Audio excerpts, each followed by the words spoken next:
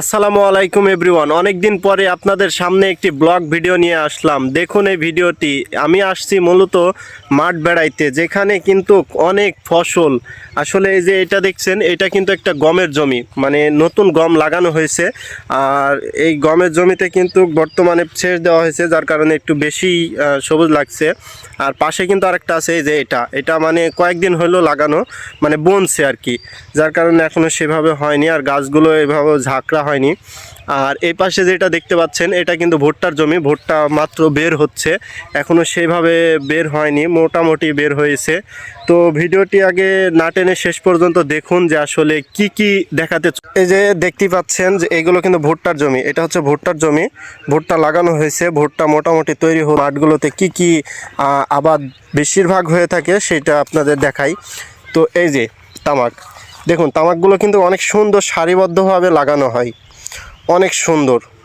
দেখুন অনেক সুন্দর এবং সারিবদ্ধভাবে লাগানো হয়, এবং এই সময়টাতে আমার অনেক ভালো লাগে তামাকগুলো দেখতে।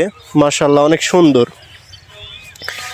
অনেক সুন্দর। আর যখনই গমগুলো বড় হয়ে যাবে, তখন কিন্তু অন্যরকম আরও একটি সৌন্দর্য ফুটে উঠবে। দেখুন এমনিতেই কিন্তু মাশাআল্লাহ অনেক সুন্দর লাগছে, তাই না? তো চলুন এবার আমি আমাদের গমের জমিটা আপনাদেরকে একটু দেখাই।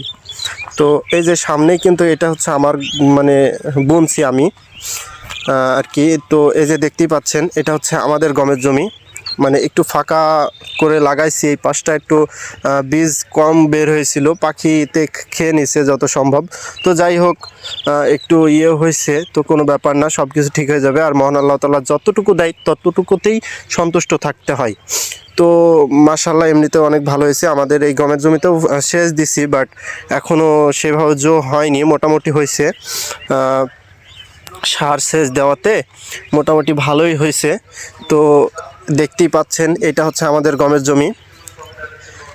আর বাইরে যে ওইগুলো অনেক দূরে, তো যার কারণে অনেক ঘন মনে হচ্ছে। তো আপনাদেরকে দেখায় আর কি, এটা হচ্ছে আমাদের গমের জমি। যাতে গমের ফসলটি অনেক ভালো হয়, তার জন্য দোয়া করবেন সবাই। যে দেখতে পাচ্ছেন আরেকটা জমি, সেটা হচ্ছে আপনার, এটাতেও তামাক লাগাইছে, বাট এটা ধানের জমি, তো ধানের জমির কারণে তামাকটা অনেক সুন্দর হয়নি। তো দেখতে থাকুন। চাচ্ছি যে কত সুন্দর আমাদের মাঠটা, কত সুন্দর তা আপনাদেরকে একটু দেখানোর চেষ্টা করছি। দেখুন পুরো মাঠটা একটু ঘোরায় দেখানোর চেষ্টা করছি। এই যে ওই যে একজন ঘাস কেটে নিয়ে যাচ্ছে কিন্তু সামনের দিকে, ক্যামেরাতে খুব ছোট দেখাচ্ছে, অনেক দূরে, যার কারণে ছোট দেখাচ্ছে। আর আমাদের ফোনটাও খুব ভালো না, আমার ফোনটা মোটামুটি মাপের, যার কারণে যতটুকু হয় ততটুকুই দেখানোর চেষ্টা করছি আপনাদেরকে। তো দেখুন কত সুন্দর, মহান আল্লাহ তাআলার সৃষ্টি অনেক সুন্দর, আসলেই সুন্দর।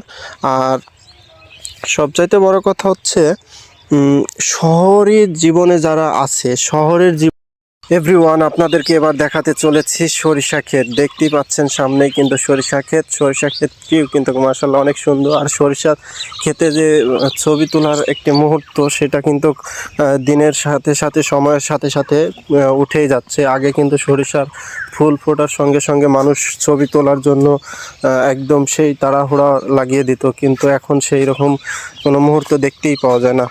তারপরে আপনাদেরকে দেখানোর চেষ্টা করছি, মাশাআল্লাহ অনেক সুন্দর সরিষা ক্ষেত।